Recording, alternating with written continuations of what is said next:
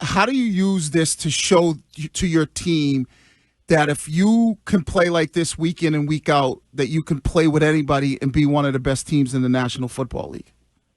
Well, we just keep, stay consistent. And I think that, I probably lose sight of some of that sometimes with especially some of our younger players. And, my dad, who I think always has good perspective, was able to be at the game last night. And, he just kind of rattled off all the young players that are out there making contributions.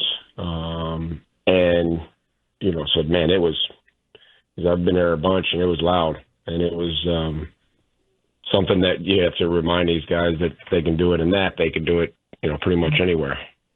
Mike, Rhamondre Stevenson, 2 touchdowns for him, and it's a result of you continuing to have confidence in him even after that fumble to start the game. He talked after about how the confidence that you continue to show in him means so much to him. I've been told all morning by Wiggy and others that that's coach speak when you talk about how great he is. I believe that he's a great player. That was my lead this morning. What is it that you see in Rhamondre that despite the fumbles, you want to keep going with him?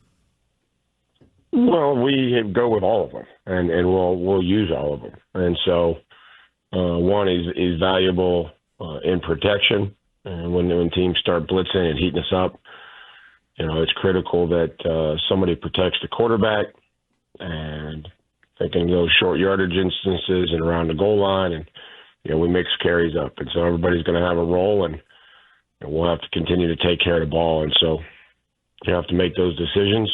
And I think Rhamondre understands how critical the ball is, and but we've got to start putting that fire out and making sure that, until we're back in the huddle, that ball remains in our possession, whether that we're going down and we're close to the ground. But then we're going to need them all. We're going to need everybody, and we're going to need especially all the backs in that room to help us.